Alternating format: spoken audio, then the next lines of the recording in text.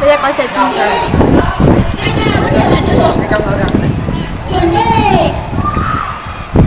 nhưng mà nằm đi cái đồ cả đảo không được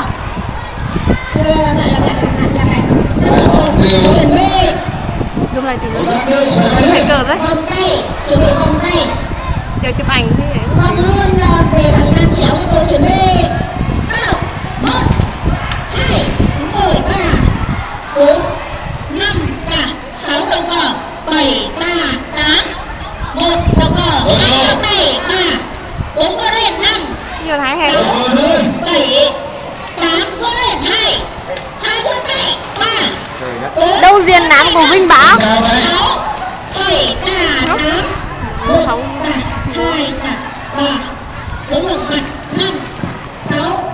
7 3 8 1 2 3 3 đúng chưa 5 6 7 3 8 1 2 có bắt văn nám mặc áo nắng 4